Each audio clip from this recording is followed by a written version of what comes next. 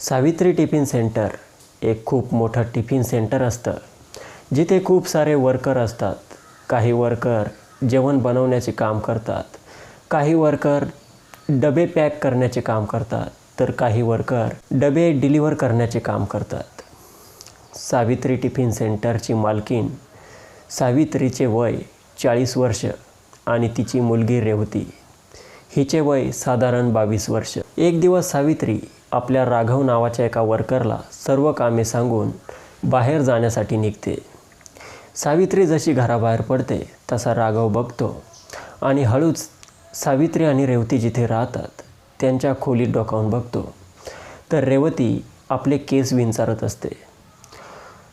राघव हळूच मागून जातो आणि रेवतीला मिठी मारतो.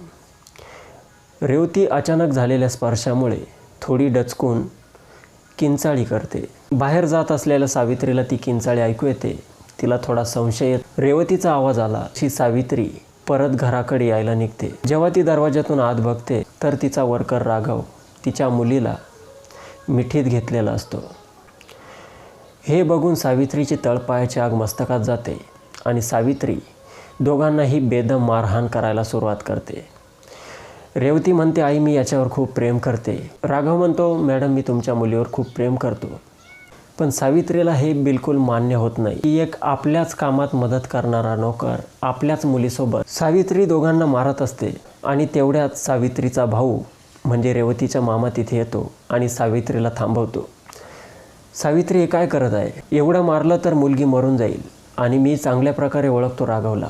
हा खूप मेहनती मुलगा आहे. जरी आपल्या रेवतीचे लग्न याच्यासोबत झाले तरी आपली रेवती खूप आनंदात राहील. परंतु सावित्री कोणाचे ऐकायला तयार नव्हते. तिला हे मान्य होत नव्हते की एका नोकरसोबत आपल्या मुलीचा विवाह कसा करावा.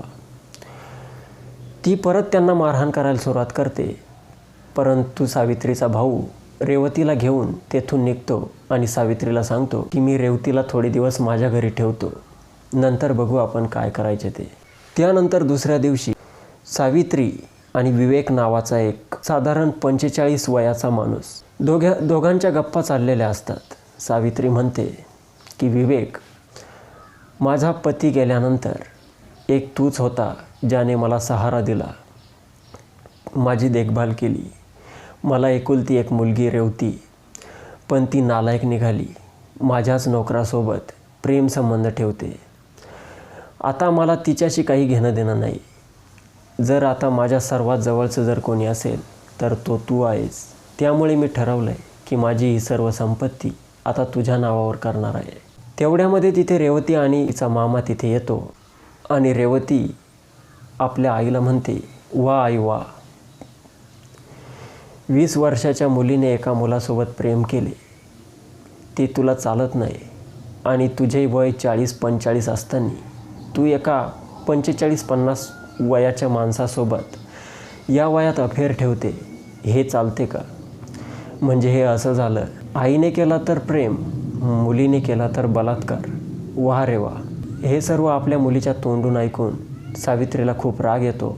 सावित्री परत रेवतीला मारते आणि तेथून काढून देते.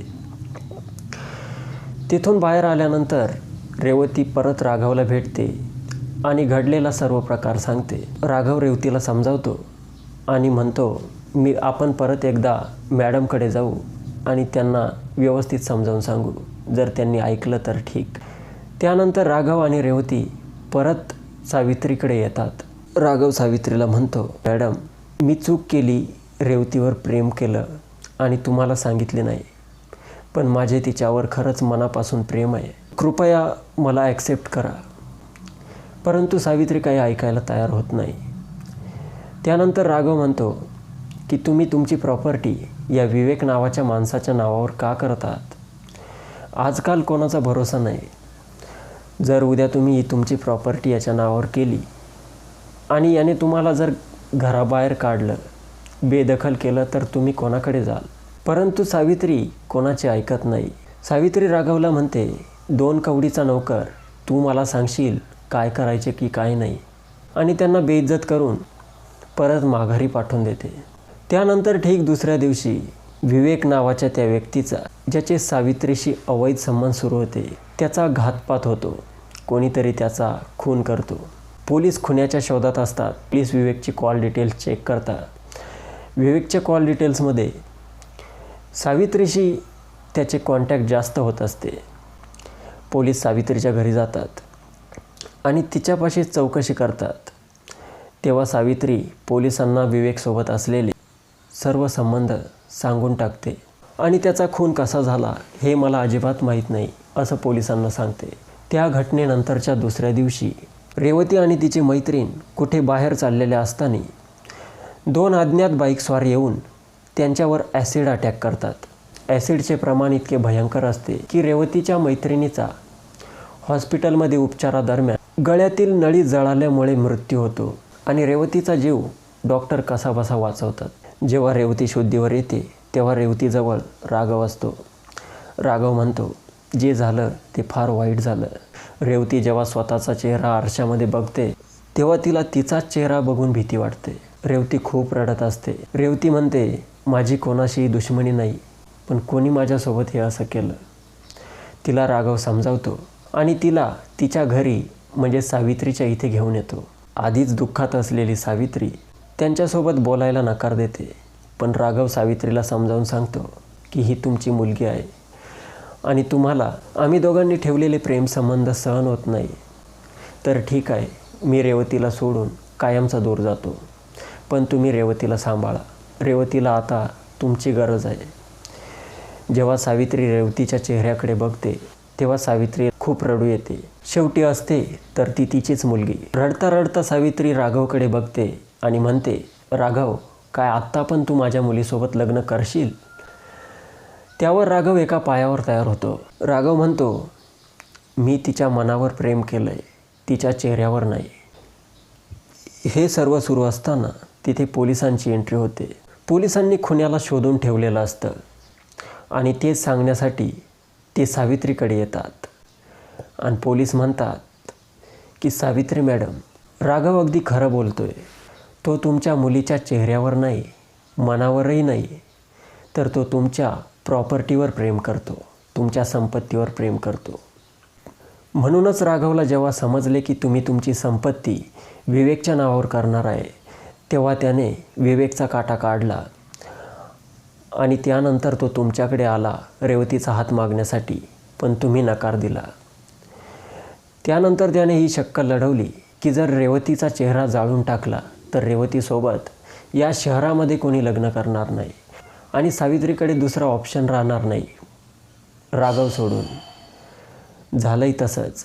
राघवनेच रेवतीवर ॲसिड अटॅक केला, फक्त आणि फक्त तुमची संपत्ती मिळवण्यासाठी.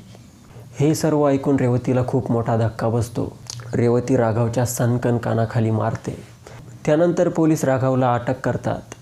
त्यानंतर काय शिक्षा करायची ती करतात, पण आपल्याला एक शिकवण देऊन जातात की कोणावर किती प्रेम करावे.